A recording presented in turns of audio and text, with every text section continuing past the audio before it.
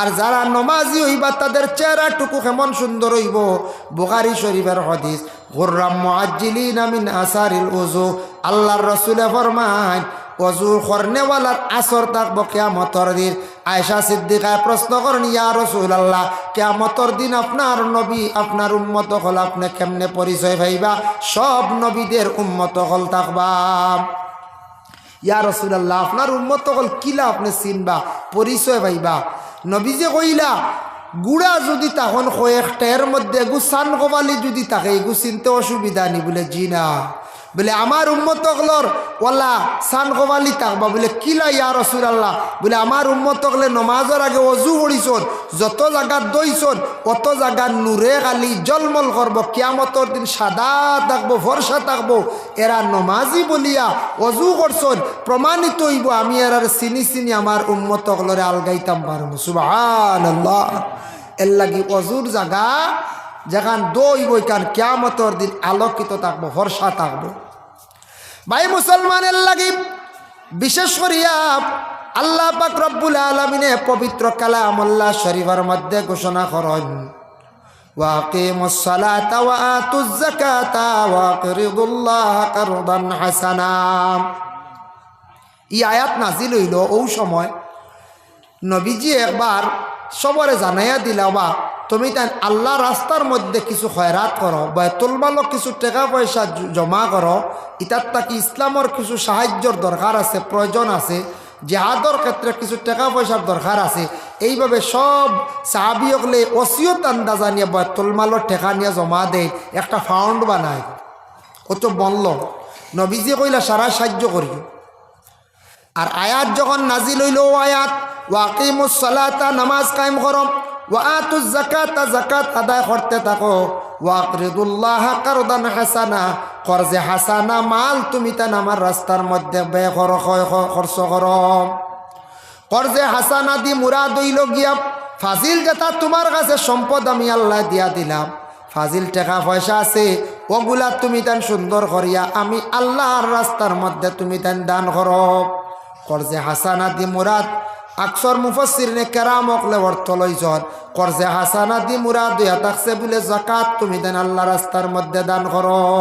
পাইলা এক আয়াত নাজিল হইছে, এক ইহুদি ব্যক্তি আরব দেশ গল্লি গল্লি আটের আর খর কিতা শুনছনি রে, এতদিন মোহাম্মদে কিছু মানুষের কাছ থেকে হাত বাড়াইয়া টাকা পয়সা নিছন, এখন তানর আল্লাহ যেন গরিব হয়ে গেছেন, মানুষের কাছে খরচ চাইত্রা। বুঝবাইছেন? আল্লাহ বুঝিন গরিব, মানুষের কাছে বুঝিন খরচ চাইত্রা। কত বড় মাত মাতিছে না ইহুদি ব্যক্তি। আবু বক্কর পাশে ছিলাম, আবু বক্করে শোনা মাত্র গিয়া যেমনে থাপ্পড় মারছন, থাপ্পড় খাইয়া ইহুদি ব্যক্তি আল্লাহ রসুলের কাছে গিয়া বিচার দিল, ইয়া রসুল আল্লাহ, আমি আপনার কাছে একটা বিচার দিয়ার, আপনার সাথী প্রাণের মায়ার সাহাবী এই নইলা আবু বক্করে আমারে মারি দিলা, বিচার করি দে। নবী যে ফরমান, তুমি ভুল হইত্রায়, মারলে তোমারে মরে মারছো না, আবু বক্করে নাই। বলে জি না, আপনার আবু বক্করে আমারে মারছন। বলে উমরে মনে হয় মারছো না, আমার আবু বক্করে মারার কথা নাই। বলে জি না আবু বক্করে। আবু বক্কর দে খবর দিয়া নিয়ে কইলা, ও আবু বক্কর, তুমি হাসাও মারছো নি ও ব্যক্তিরে? বলে জিও ইয়া রাসূলুল্লাহ, বরদাস্ত হইছে না। বলে খেনে? বলে শেখ ওর আয়াত নাজিল হইছে, ওয়াকরিদুল্লাহ কারদান হাসানা, কর্জে হাসানার মাল খর আমরার নবী অতদিন মোহাম্মদে অতদিন হাত বাড়াইয়া মানুষের কাছ থেকে সাহায্য নিছর, আর এখন মোহাম্মদর আল্লাহ যেন গরিব হয়ে গেছিলেন খরচ চাইত্রা, আমার বরদাস্ত হইছে না, আমি হাত তুলে দিছি। নবীজি কইলার আবু বক্কর, সে বুঝছে না, আয়াতের অর্থ বুঝছে না, কোরআন নাজিল হইছে, অপব্যাখ্যা করছে, বুঝছে না। তুমি তারে বুঝাইতে আসলাই, এইভাবে তুমি যেন মারি দিলা, মারা খান হইছে না। লগে লগে নবীজি সে ইহুদি ব্যক্তিরে ডাক দিয়ে আনলা, শান্তি দিলা, আর হইলা আবু বক্কর তারে কোষ করিলাও, ইলা কোনোদিন তুমি আউরি খেউরের উপরে হাত তুলিও না, উভয়ের বিবাদ আল্লাহর রসুলে মিটাইয়া দিলাইলা। ভাই মুসলমানের জন্য আল্লাহ পাক রব্বুল আলামিনে আপনারে আমারে দুনিয়ার জমিনও দান করছেন। আমরা বিশেষ করিয়া জমিনও থাকতে গিয়া আমরারে বিবেক আল্লাহ দান করছেন, জ্ঞান আল্লাহ দান করছেন। কিছু জিনিস আছে আমরা এগুলার থাকি আমরা বিরত থাকতাম। নামাজের বিস্তারিত আলোচনার প্রয়োজন নাই বাবা, 2-4টা মাহাত কইছে আমরা জানা আছে। নামাজ না পড়লে কি হয়, অসংখ্য আলোচনা হয়েছে। এখন তোরা আমি দ্বিতীয় বিষয় যেটা কইছিল ওটা সম্পর্কে তোরা আলোচনার যাইয়ার। আল্লাহর রসুল একদিন সাহাবায়ে কেরামদের সম্মুখে রসুল্লাহ বয়ান করলা, ইজতানিবুস সাবআল মুবিকাত। ও আমার সাহাবায়ে কেরাম হল, তুমি দেন 7টা জিনিস থাকি বাঁচিও। তুমি দেন 7টা জিনিস থাকি যদি বাঁচো ভালো হইব, নতুবা তুমি দেন হালাক হইবাই, বরবাদ হইবাই। সাহাবায়ে কেরাম বললে কালু ইয়া রাসূলুল্লাহ ওয়া মা হুন্না, 7টা কিতা কিতা ইয়া রাসূলুল্লাহ, একটু আপনি আমরারে খোঁজ করেন।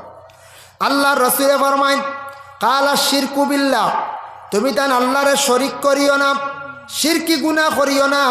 আমরার দেশ কিছু বায়ান আছেন শিরকি গুনার মধ্যে লিপ্ত হয়ে গেছেন গিয়া বাবা।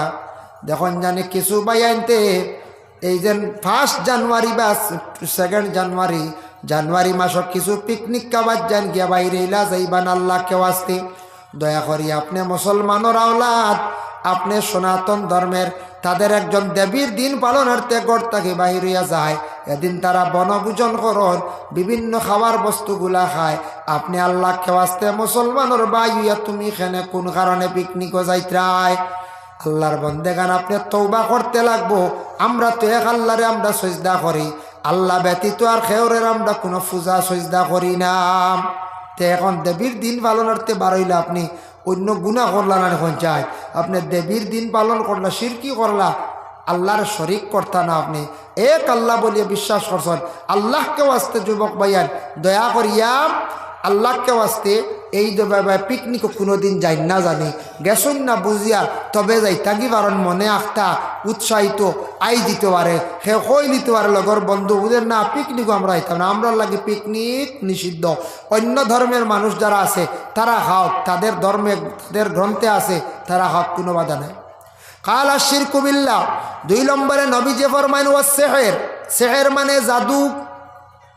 জাদু তুমি তান করিও না, জাদু বড় কঠিন বাবা, মানে সেহের খারাপ। জাদু টুনা করিয়া মানুষে যেন মানুষে বরবাদ করিলাই। দারো তো সাব্বির মেসা বাসন তাই তো কত জাদু টুনার মানে গুণ খাটিত্রাম। ওরে আল্লাহর বন্দেগান সেহের এমন একটা জিনিস, জাদু খাওয়া হইয়া থাকছে। আরবিতে কইছেন সেহের, বাংলাতে জাদু খাওয়া হয়। জাদু করিয়া মানুষে বহু কিচ্ছু করা যায়। জাদুটু না বালা নাই, যে টুন গুণ বিভিন্ন ধরনের একগুড়ে সালাইড আমরা মানছে কোন এনরে আমি আমার মুখা করতাম, এনরে ধ্বংস করতাম। হ্যাঁ এটা কিছু আছে খারাপ খারাপ জিনিস, এটার থাকি মানুষের অনেক ক্ষতি হয়ে যায় গিয়া, অনেক ক্ষতি হয়ে যায় গিয়া। মানুষের জীবন যদি নষ্ট করেন আপনি দায়ী বা কিয়ামতের দিন, কিয়ামতের দিন আপনি জবাব দিতে লাগবো। দেখছেন নানি কৌটো ম্যাজিস্ট্রেটে সাজা দে, মানুষ মরে একজন 6-7 জন একলগে সাজা দিলে, লাইফ সাজা কিতার লাগি দি।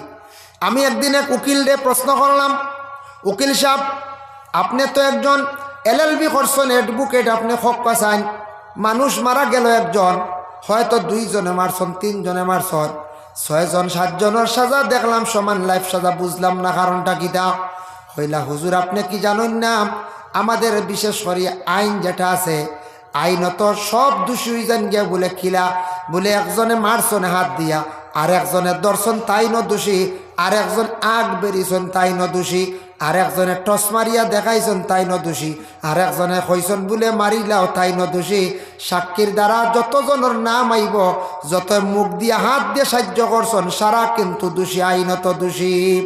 পরে আমি কিতাবও পাই দিলাম বাবা, রিচার্জ করিয়া দেখলাম, পরবর্তীতে নিজে একটা বিবেচনা করিয়া দেখলাম, আমরার কোরআনে ওলাখর একজন মানুষে যদি একজন মানুষরে যদি মারে, আর একজনে যদি আগ বেরন তাই ন দোষী, আর একজনে যদি কোন অমুকরে মারি লাইও কোনো অসুবিধা না, আমি তোমারে টেকা দিব, যেন টেকা দিয়া মারাইত্রা তাই ন পুরাপুরি দোষী, যে মারছে সেও দোষী।